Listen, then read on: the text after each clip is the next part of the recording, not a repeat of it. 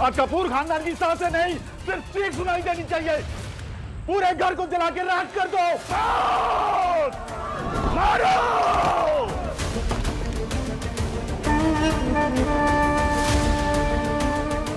जब तक गद्दारों की हड्डी नहीं जलेगी, तब तक हमें ठंडक नहीं मिलेगी। कपूर गद्दारों की सिर्फ एक ही सजा है, मौत! मौत! मौत! मारो! हमारा इंसाफ कपूर परिवार की लाशों से होकर गुजरेगा। आज कपूर वंश का आखिरी दिन है। चला दो! चला दो!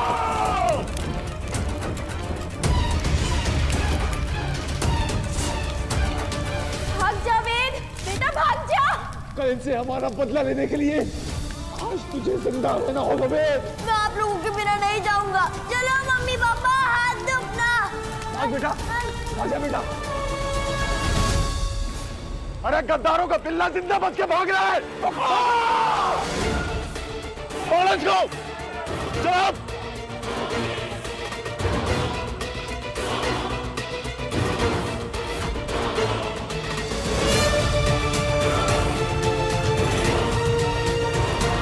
उसके नन्हे कदम तेजी से बढ़ने लगे, जिसका पीछा कोई नहीं कर पाया। लेकिन अचानक वो एक पेड़ जैसे आदमी से टकरा गया। वेद की सांसें रुक गई। उस आदमी का चेहरा ढका हुआ था, पर आंखें चमक रही थी।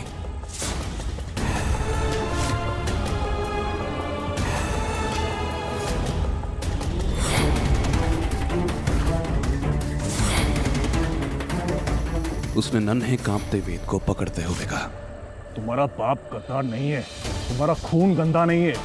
सही वक्त आने पर तुम्हें सब समझ में आ जाएगा। तुम्हें उनकी मौत का बदला लेना होगा।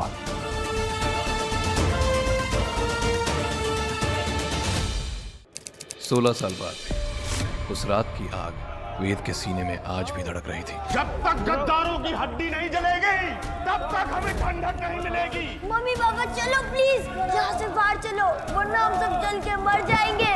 फर्क सिर्फ इतना था, पहले वो कातिलों से बचने के लिए भागा था, आज वो उन कातिलों को पकड़ने के लिए भाग रहा था। मैं वापस आ गया हूँ अपने माँ बाप का बदला लेने। वेद ने ठान लिया कि चाहे जो हो, वो मुंबई में खुद की जगह बना कर ही रहेगा। लेकिन जेब में फूटी कौड़ी नहीं, बहुत हाथ पैर मार के उसे फाइनली एक डिलीवरी बॉय की नौकरी मिली, जिसमें दिन में वो बड़ी बड़ी बिल्डिंग्स में जाता और रात को दीवारें उसकी व्हाट्सएप स्टेटस हो जाती थी, जहां वो अपना दर्द नहीं, अपना मकसद लिखता था। उसके हाथ में ये गेंद बस गेंद नहीं, पुराने सवालों का दहकता गोला था। अगर आज उसके मम्मी पापा जिंदा होते तो वो किसी ऑफिस में बड़ी सी कुर्सी पर बैठा होता, ना कि एक कंगालों के किंग।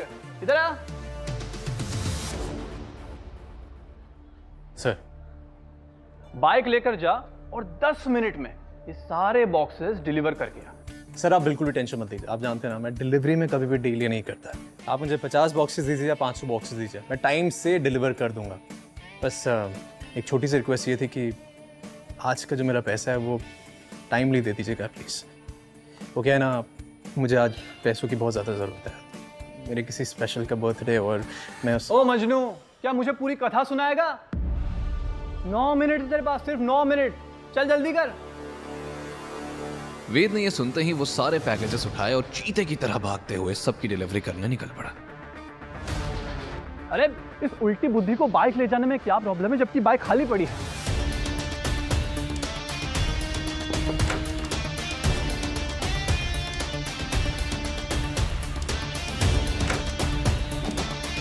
मैनेजर की गालियों से अनजान वेद खुद के निकाले शॉर्टकट से भागता सारी डिलीवरी करते हुए अपने लास्ट ऑर्डर के लिए आरके इंडस्ट्रीज के लॉबी में जा पहुंचा। लॉबी के बीच में खड़ी एक सुंदर लड़की की नजर वेद के पसीने से भीगे फटी शर्ट की तरफ गई। कोल्ड कॉफी फॉर मिस खीरा। जिम की सब्सक्रिप्शन फ्री हो गई है क्या? हर कोई बॉडी बना के घूम रहा है। वेद की टोन, एथलेटिक बॉडी और स्ट्रॉन्ग मसल्स उसकी फटी शर्ट के थ्रू बहुत साफ दिख रहे थे। नहीं मैम, ये बॉडी मैंने जिम में नहीं बल्कि मेहनत से बनाई है, जिसका हम लाइफ टाइम का सब्सक्रिप्शन ले रखा है मैंने। ट्रस्ट में, मैं तो यहाँ पे आया था एक स्पेशल कोल्ड कॉफी की डिलीवरी देने के लिए, किसी खीरा के नाम से। It's Kiara, okay? तुम्हें एक सब्जी और खूबसूरत लड़की में डिफरेंस नहीं दिखता है? एंड बाय द वे तुमने मेरे नाम का मजाक कैसे उड़ाया, यू डफा?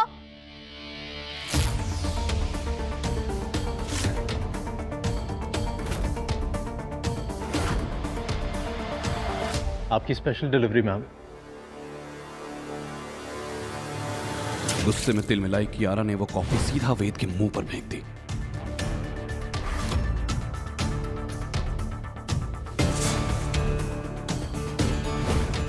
अब मेरा नाम कभी नहीं भूलोगे। Now get lost.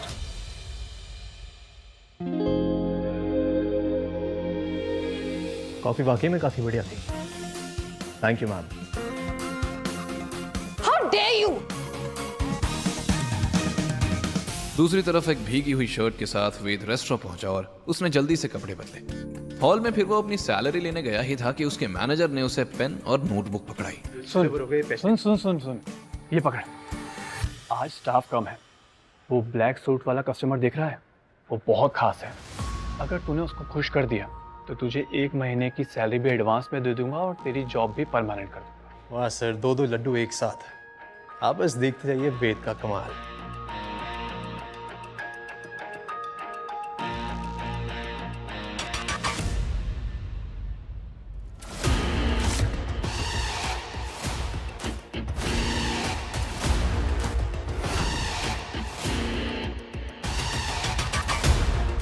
और कपूर खानदान की सांसें नहीं, सिर्फ चीख सुनाई देनी चाहिए।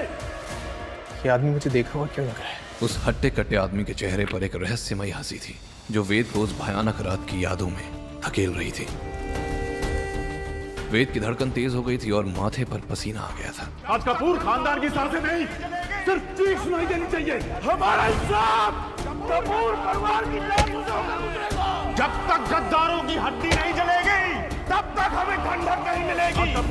कपूर गद्दारों की सिर्फ एक ही वजह है, मौत।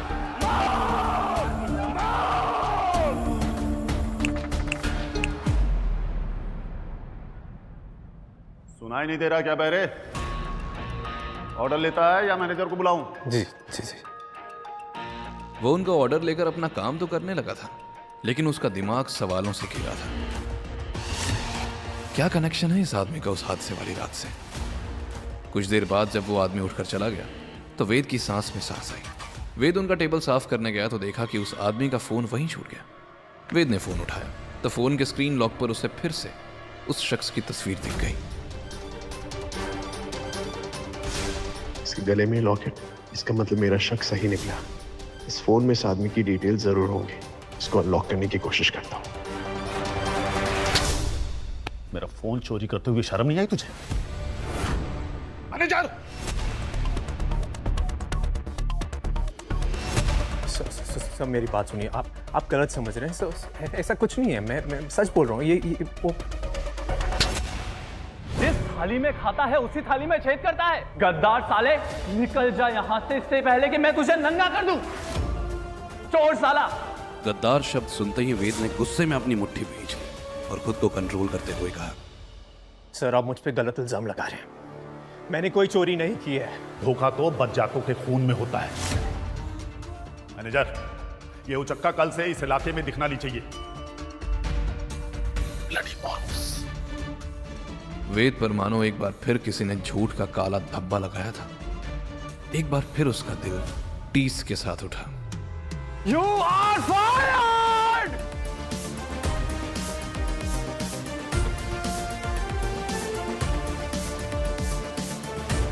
उसने कसम खा ली कि नौकरी चली गई तो क्या, वो सोनिया को अपनी जिंदगी से नहीं जाने देगा।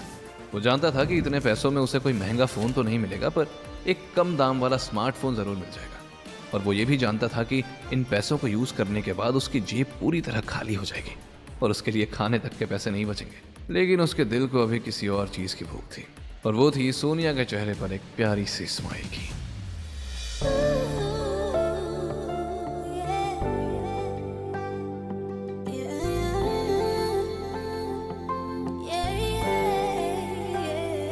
एक तरफ वो सोनिया के साथ फ्यूचर का सपना देखे जा रहा था, दूसरी तरफ किस्मत उसके लिए एक और धोखा रच रही थी। वेद घंटी बजाना ही वाला था कि उसने देखा दरवाजा थोड़ा खुला है।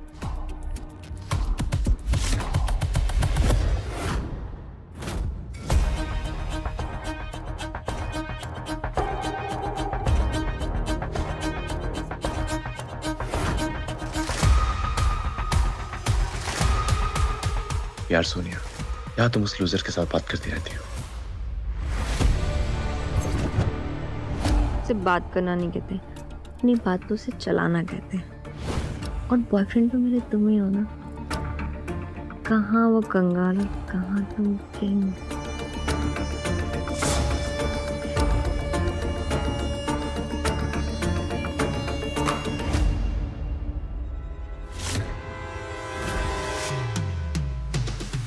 वेद, तुम यहाँ अंदर कैसे आ गए? ये क्या कर रहे हो तुम?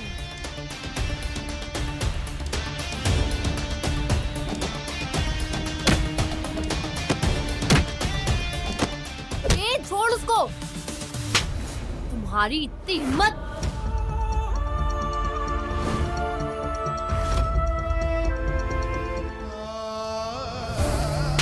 तुम्हारी इतनी हिम्मत! ये लाया है इस 2 कौड़ी का फोन। मैं तो तुझे वैसे भी छोड़ने वाली थी, लेकिन अच्छा हुआ कि मामला आज ही खत्म हो गया। भिखारी साला। वेद सोनिया के घर से निकल जरूर गया था, पर उसके दिमाग में अभी भी उसकी गालियां सुनाई दे रही थी। वो रास्ते को चीरता हुआ अपने बिल्डिंग की छत पर जा पहुंचा, पर अभी उसके दिमाग से सोनिया और रोहन की बेडरूम की याद परेशान कर रही थी। उसके दिल से एक जोर की चीख निकली, पर तभी कुछ गुंडे उसके सर पर काला कपड़ा और हाथ लोहे के सिक्कड़ से मजबूती से बांधकर उसे गाड़ी में भर के ले जाने के लिए तैयार हो जाते हैं। वेद को यकीन हो गया था कि उस रेस्टोरेंट वाले आदमी ने उसे पहचान लिया था और इन गुंडों को उसी ने भेजा था। वेद गुस्से से उन गुंडों पर टूट पड़ा।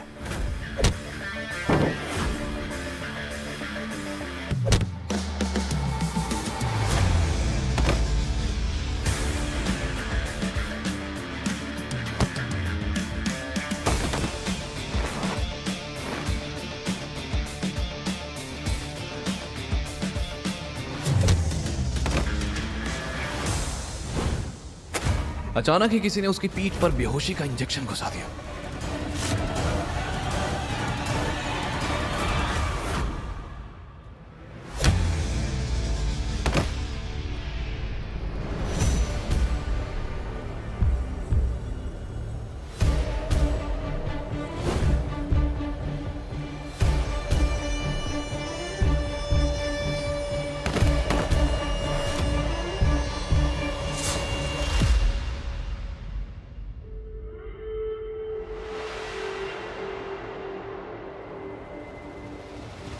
जैसे ही वो खड़ा हुआ उसे कई सारे जूतों की आवाज आने लगी, जैसे कोई आर्मी की परेड हो रही हो। ये सिक्योरिटी गार्ड्स थे। फिर उनके पीछे के दरवाजे से एक व्हील चेयर आई, जिसमें साड़ी पहने उस मैंशन की मालकिन बैठी थी। उन्हें देखकर वेद की आंखें फटी की फटी रह गई।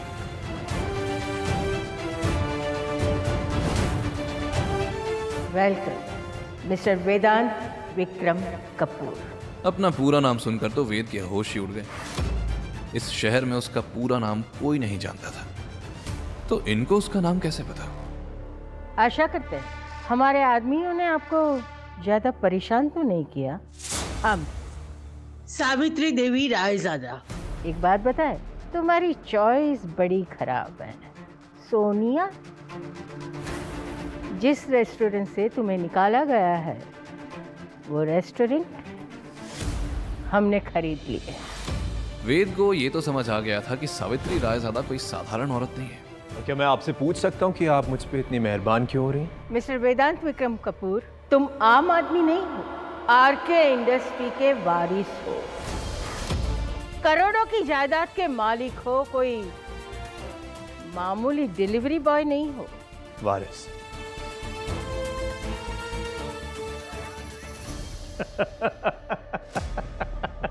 आपको पता है मेरी खाली जेब देख के ना कोई चाय वाला, टपरी वाला भी मुझे उधारी नहीं देता, ना ही मेहरबान होता है मुझ पे।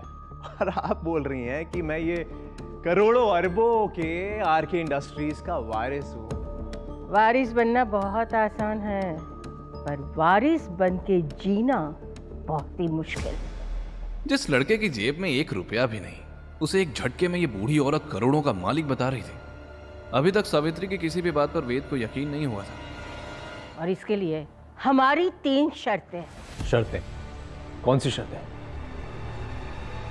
पहली, तुम्हें हमारी पोती से शादी करनी पड़ेगी। और दूसरी शर्त, आरके इंडस्ट्रीज पे बहुत बड़ा खतरा मंडराता रहा है। तुम्हें ये पूरे एम्पायर को बचाना है। और तीसरी और आखिरी शर्त, तुम इतनी बड़ी इंडस्ट्री के मालिक हो, ये राज राजी रहेगा जब तक सही समय ना आए।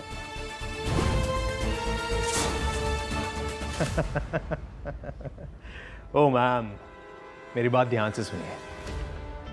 मैं ना ये डिलीवरी बॉय ही ठीक हूँ, कोई ज़रूरत नहीं है मुझे वारिस बनने की, और ना ही मुझे वो शादी करनी है। So thank you. और वैसे भी ये जो लड़कियां हैं ना, उनके ऊपर से मेरा विश्वास उठ चुका है, तो आप इस गेम के लिए ना किसी और को ढूंढ लीजिएगा। मैं चला, टाटा बाय बाय, सायोनारा। रुको, हमें पता था कि तुम्हें हमारी बात पे यकीन नहीं होगा।